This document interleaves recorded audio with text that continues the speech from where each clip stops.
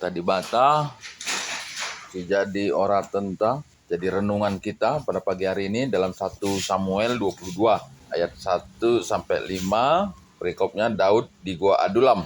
Lalu Daud pergi dari sana dan melarikan diri ke Gua Adulam. Ketika saudara-saudaranya dan seluruh keluarganya mendengar hal itu, pergilah mereka ke sana mendapatkan dia. Berhimpunlah juga kepadanya setiap orang yang dalam kesukaran, setiap orang yang dikejar-kejar utang piutang, setiap orang yang sakit hati, maka ia menjadi pemimpin mereka. Bersama-sama dengan dia ada kira-kira 400 orang. Dari sana Daud pergi ke Mispa di Moab dan berkata kepada raja negeri Moab, "Izinkanlah ayahku dan ibuku tinggal padamu sampai aku tahu apa yang dilakukan Allah kepadaku."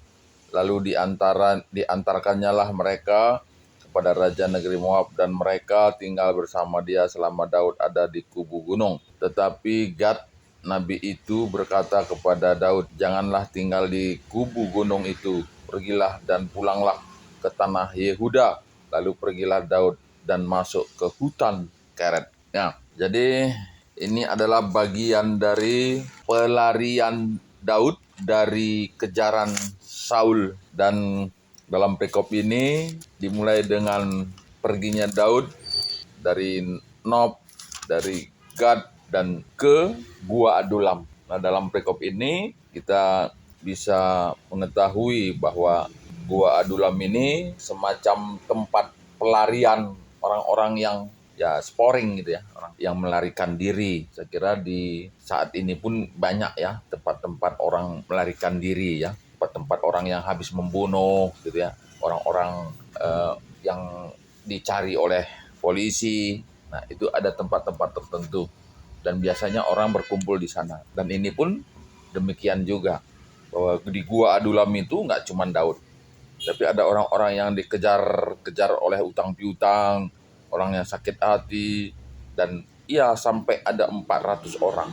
Nah, tapi dalam perikop ini sebetulnya yang mau jadi renungan kita adalah bagaimana Daud yang adalah orang yang takut akan Tuhan dalam satu kesulitan yang amat sangat gitu ya. Kita bacanya saja udah capek gitu loh. Apalagi ketika kita yang mengalaminya, pasti lebih hebat lagi. Tapi itulah bahwa orang yang taat, orang yang takut akan Tuhan pun tidak luput dari pergumulan kehidupan gitu ya, dari tantangan kehidupan. Dan perikop ini bagaimana Daud itu terus dikejar yang mau dibunuh, dan yang membunuh itu bukan preman gitu ya, tapi raja yang punya otoritas, yang mungkin punya banyak prajurit, yang sebetulnya kalau kita berpikir secara logika, sebetulnya tidak begitu sulit bagi Saul untuk membunuh Daud. Tapi apa yang kita lihat di sini, dia selalu luput dari pembunuhan yang dilakukan. Dan saya kira ini juga kita bisa melihat bagaimana Allah menolong orang-orang yang percaya ya. Bagaimana Allah akan berperang melawan musuh orang-orang yang percaya. Saya kira ini juga menjadi renungan bagi kita. Sekali lagi, orang percaya tidak luput dari permasalahan. Orang percaya itu tidak luput dari perbeben, tidak luput dari musuh-musuh yang menolak. Dan kita percaya bahwa Tuhan akan melawan musuh orang yang percaya. Nah, apa yang kita lihat dalam perikop ini juga, kalau kita bandingkan dengan Pekan Kebaktian Keluarga dalam minggu ini pun, kita diajak untuk tetap mampu menjalankan yang benar di hadapan Tuhan, menjadi tema besar, dan itu menjadi tema pada hari pertama. Dan yang kedua, kita selalu mengucap syukur dalam situasi apapun. Dan mungkin itu juga yang dilakukan oleh Daud. Dia bersyukur oleh karena rancangan Tuhan adalah rancangan damai sejahtera dalam Yeremia 29 ayat 11. Dan surat Efesus juga dikatakan, Efesus 2 ayat 1 sampai 10, bahwa kita itu dilahirkan, diciptakan untuk melakukan yang benar di hadapan Tuhan.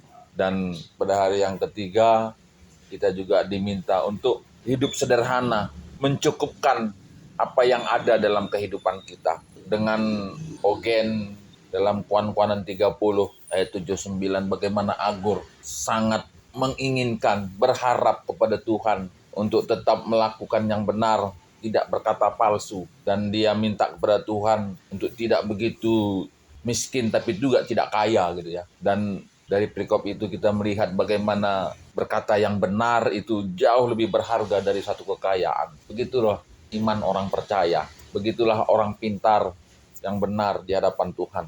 Dan dalam perikop ini pun bagaimana Daud tetap berharap Tuhan akan menunjukkan apa yang akan terjadi kepada diri. Nah, mungkin itu juga menjadi renungan kita saat ini. Banyak kali jemaat Tuhan yang saat ini mengalami kesulitan, persoalan kehidupan. Tapi biarlah kita belajar dari iman Daud dan kita melihat bagaimana peran serta Allah dalam kehidupannya. Tuhan akan memberikan pertolongan bagi orang yang percaya, yang menanti-nantikan karya Tuhan, kuasa Tuhan dalam kehidupannya. Kalau Rasul Paulus bilang, dia dimampukan untuk hidup sederhana, untuk mencukupkan dirinya, bukan oleh karena kekuatannya, tapi oleh karena kuasa Kristus. Itulah yang memberikan kemampuan bagi dia. Dan itulah yang kita harapkan dalam kehidupan. Dengan berbagai persoalan kehidupan saat ini, biarlah kita semua berharap dari kuasa Tuhan Yesus Kristus untuk memberikan pertolongan dan kekuatan bagi kita untuk tetap hidup benar, sebagaimana Daud bertahan,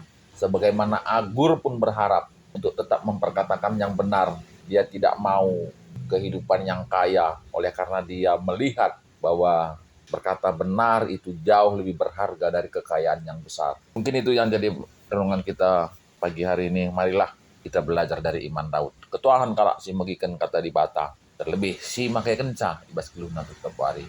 Haleluya. Amin.